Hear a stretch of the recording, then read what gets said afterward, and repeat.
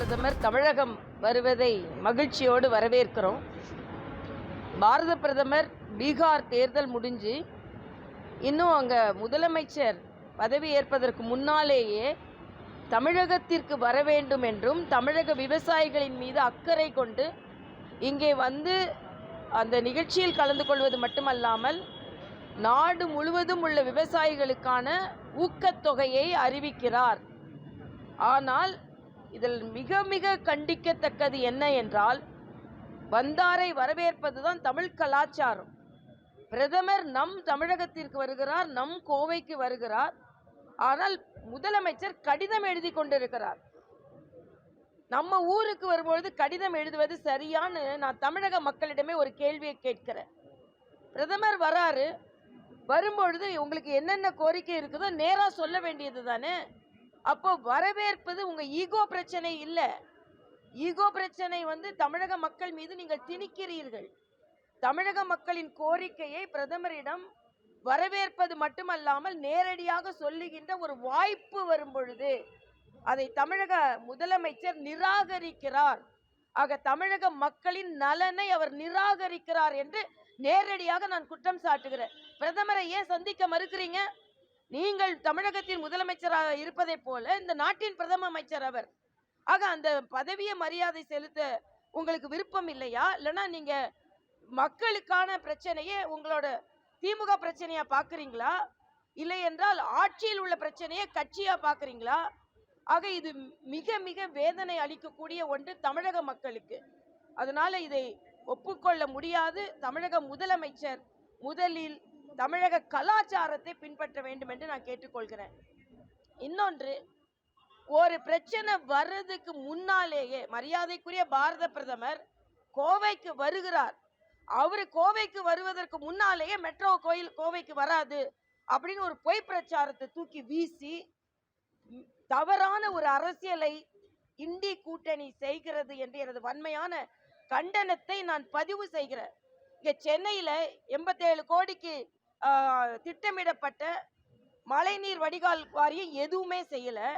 இன்னைக்கு ஒரு படம் பார்த்துருப்பீங்க, போட்டை லாரியில் கட்டி ரெடியாக வச்சாச்சு. ஆக நீங்கள் ஒழுங்காக மழைநீர் வடிகால நடைமுறைப்படுத்தி இருந்தீங்கன்னா போட்டு எதுக்கு? மாநகராட்சி போட்டு வேற இப்போ விலைக்கு வாங்கி வச்சிருக்காங்க. ஆக நம்ம மாநிலத்தில் பக்கத்து தெரு மக்களுக்கு என்னென்ன உதவி வேணுமோ அதெல்லாம் செய்யாம இன்னைக்கு மெட்ரோ நிறுவனம் மிக தெளிவாக சொல்லி இருக்கிறார்கள், திட்ட அறிக்கையில் சில சந்தேகங்கள் இருக்கிறது என்று. ஆக மத்திய அரசு நல்லது செய்வதான் கேட்கிற. யூபி அரசாங்கத்தில் இருந்தீங்கல்ல, எவ்வளவு மெட்ரோ கொண்டு வந்தீங்க? எவ்வளவு இந்த விமான நிலையத்தை விரிவுபடுத்தினீங்க? ஒன்னும் செய்யல. 5 அமைச்சர்கள் இருந்து ஒண்ணுமே செய்யல. ஆனா மரியாதைக்குரிய பாரத பிரதமர் 10 ஆண்டுகளுக்குள்ள 11 லட்சம் கோடி தமிழகத்திற்கு ஒதுக்கப்பட்டு இருக்கிறது. ஆனா மறுபடியும் பொய் பிரச்சாரம் செய்வதை நிறுத்திக் கொள்ள வேண்டும் என்று நான் கேட்டுக்கொள்கிறேன். உங்களுக்கு எதிராக ஜாக்டோஜியா போராடி கொண்டிருக்கிறார்கள், ஏற்கனவே செவிலியர்கள் போராடி கொண்டிருக்கிறார்கள். இந்த மருத்துவமனையில எந்த வசதியும் இல்லை அப்படின்னு இன்னைக்கு பத்திரிகையில வந்திருக்கு. ஆக தமிழகத்துல அவ்வளவு ஓட்டையை வைத்துக்கொண்டு ஓட்டு வாங்கி கொண்டு இன்னைக்கு எதற்கெடுத்தாலும் மத்திய அரசை குறை சொல்லு என்றால், இதுல வேற வெங்கடேசன் எம்பி வேற எதையுமே படிக்க மாட்டாரு, சொல்லிக்கொண்டே இருக்க வேண்டியது. அதனால இந்த குறை சொல்வதை தாயுள்ளத்தோடு தமிழகத்திற்கு வரும் பாரத பிரதமரை வர்றதுக்கு முன்னாலேயே பொய் பிரச்சாரங்களை வைத்து முறியடிக்க வேண்டாம். உங்களது பொய் பிரச்சாரம் முறியடிக்கப்படும் என்று நான் தெரிவித்துக் கொள்கிறேன். இன்னைக்கு இளைஞர்களும் பெண்களும் பாஜக கூட்டணி பக்கம் இருக்கிறார்கள். அதுதான் பீகாரில் நிலைநிறுத்தப்பட்டிருக்கிறது, வலியுறுத்தப்பட்டிருக்கிறது, நிரூபிக்கப்பட்டிருக்கிறது என்பதை நான் தெரிவித்துக் கொள்கிறேன்.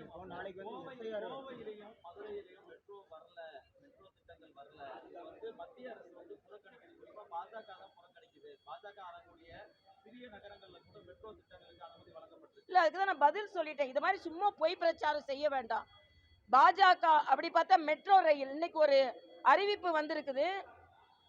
ராமேஸ்வரத்தில் இருந்து சென்னைக்கு சிவகங்கை வழியா மெட்ரோ ரயில் வரும்னு அறிவிப்பு வந்திருக்குது. இந்தியாவிலேயே அதிக மெட்ரோ ரயில் வந்தே பாரத் நம்ம அதிகமாக மெட்ரோ ரயிலும் கூட. ஏன்னா மெட்ரோ ரயிலை பார்த்தீங்கன்னா மெட்ரோ ரயில் பெட்டிகள் காங்கிரஸ் ஆட்சி செய்த காலத்துல வெளிநாட்டுல இருந்து இறக்குமதி செய்யப்பட்டது. இங்கே வந்து இன்னைக்கு நம்ம பெரம்பூர் ரயில் பெட்டி தொழிற்சாலை மெட்ரோ ரயிலுக்கான பெட்டிகளை தயார் செய்து வெளிநாடுக்கு அனுப்பி கொண்டிருக்கிறது. தமிழகம் அந்த அளவிற்கு முன்னேறி கொண்டிருக்கிறது மத்திய அரசின் ஆட்சியினால. அதே மாதிரி வந்தே பாரத், இந்தியாவிலேயே அதிக வந்தே பாரத் ரயில் கொடுக்கப்பட்டிருக்கிறது தமிழ்நாட்டுக்கு. இன்னைக்கு ஒரு வந்தே பாரத் அறிவிக்கப்பட்டிருக்கிறது. சிவகங்கை ராமநாதபுரம் வழியா மதுரை வழியா வந்தே பாரத் வரும்னு. அப்போ பாஜக ஆட்சி செய்யற மாநிலங்களில தான் மக்கள் பயணிக்கணும்னா மெட்ரோ ரயிலுக்கும் வந்தே பாரத்துக்கும் வேறுபாடு காண்பிக்க போறாங்களா? இவ்வளவு வந்தே பாரத் கொடுத்த மத்திய அரசுக்கு மெட்ரோ ரயில் கொடுக்க தெரியாதா? நீங்க தயாரித்து அனுப்புகின்ற அத்தனை திட்டங்களும் தவறாக இருக்கிறது. அதற்கு ஒரு கிளாரிபிகேஷன் கேட்க கூடாதா? அதே மாதிரிதான் 100 நாள் வேலை வாய்ப்பு திட்டம். 100 நாள் வேலை வாய்ப்பு திட்டத்துல இந்தியாவிலேயே 2வது மாநிலமாக அதிக ஊழல் செய்த மாநிலமாக இந்த மாநிலம் இருக்கிறது. கள்ளக்குறிச்சியில ஒரு அம்மா ஸ்கூல்ல வேலை செஞ்சுட்டு இருக்காங்க. அவங்க 100 நாள் வேலை திட்டத்துல காசு வாங்கிட்டு இருக்காங்க. ஆக அப்படிப்பட்டதை தடுத்தால் உடனே இந்த கம்யூனிஸ்டுகள் வயிறுல அடிக்கிறாங்க, வாயில அடிக்கிறாங்கன்னு. யாரோட வயிறும் வாயிலும் அடிப்பது பாஜக கிடையாது, பிரதமர் கிடையாது. நீங்க தான் உங்களுக்கு தொழிலாளர்கள், உங்களுக்கு துணை புரிந்து கொண்டிருக்கிற தொழிலாளர்களை உதாசீன செய்துவிட்டு எது செஞ்சாலும் நான் அறிவாலத்துக்கு போய் பெட்டி பாம்பாய் அடங்கி விடுவோம் என்று நீங்கள் தான் இருந்து கொண்டிருக்கிறீர்கள். அதனால இன்றைய காலகட்டத்தில் மரியாதைக்குரிய பாரத பிரதமரை உள்ளார்த்த அன்போடு தமிழக மக்கள் வரவேற்று கொண்டிருக்கிறார்கள். இதை பொறுத்து கொள்ளாமல் நேற்றிலிருந்து ஒரு தவறான ஒரு தகவலை மெட்ரோவை பற்றி பரவவிட்டு கொண்டிருக்கிறார்கள். எது எப்படி இருந்தாலும் பீகார் மக்களை போல தமிழக மக்கள் தேசிய ஜனநாயக கூட்டணிக்கு வெற்றியை தருவார். நாளைக்கு வந்து எஃப்ஐஆரை எதிர்த்து திமுகவை எதிர்த்து அதிமுக வந்து போராட்டம் நடத்துகிறது. எப்படி பாருங்க? திமுக வந்து அதாவது எஃப்ஐஆர்ல குளறுபடிப்படுத்துவதாக இல்ல, திமுகவின் உள்ளீடு இருக்கிறது. திமுக சரியா இப்போ 12 மாநிலத்துல எஸ்ஐஆர் அறிவிக்கப்பட்டது. எல்லா மாநிலத்திலும் 11 மாநிலத்துல ஏறக்குறைய அது நிறைவடைய போகுது. அப்ப தமிழ்நாட்டுல மட்டும் நிறைவடையலைன்னா அப்ப என்ன காரணம்? இங்கே உள்ள மாநில அரசு அது முழுமையாக நிறைவடைய கூடாது என்று உள்நோக்கத்தோடு செயலாற்றி கொண்டிருக்கிறார்கள். ஆக பிரச்சனை வந்ததுன்னா 11 மாநிலத்திலையும் வரணும்ல. ஆக இதை நீங்கள் வேண்டுமென்றே குளறுபடி செய்கிறீர்கள் என்பதை தான் அதிமுக சொல்கிறது.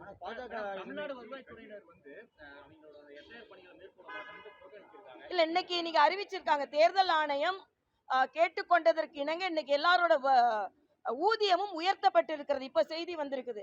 தேர்தல் ஆணையமும் அவங்க வேலைக்கு ஏற்ற மாதிரி. ஆனா எந்த அரசு அலுவலரும் தேர்தல் ஆணையத்தின் வேலையை நிராகரிக்க முடியாது என்பது சட்டம்.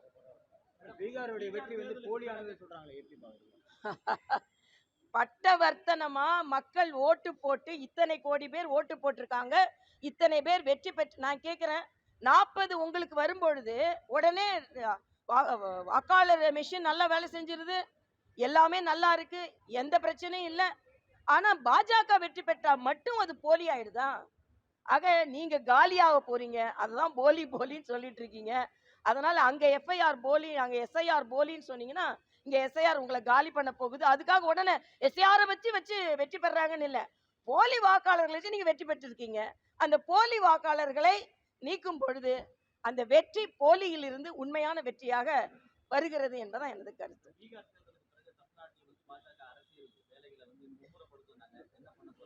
நாங்க இப்போ மும்முரப்படுத்திக்கிட்டு தான் இருக்கோம். பீகார் தேர்தலுக்கு பின்னால் இல்லை, ஏற்கனவே நாங்க எல்லா இடத்திற்கும் சட்டமன்ற உறுப்பினர்கள் பொறுப்பாளர்கள் போட்டாச்சு, பணி நடந்து கொண்டு இருக்கிறது. இன்னைக்கு மரியாதைக்குரிய பாரத பிரதமர் கூட்டணி கட்சி தலைவர்கள் எல்லாம் கூட வரவேற்க இருக்கிறார்கள். ஒரு நல்ல திருப்பம். உண்மையிலேயே பாரத பிரதமர் பீகாருக்குல இருந்து வெற்றியோடு இங்கே வருகிறார். அந்த வெற்றி இங்கும் பிரதிபலிக்கும் என்பது எனது கருத்து. நன்றி.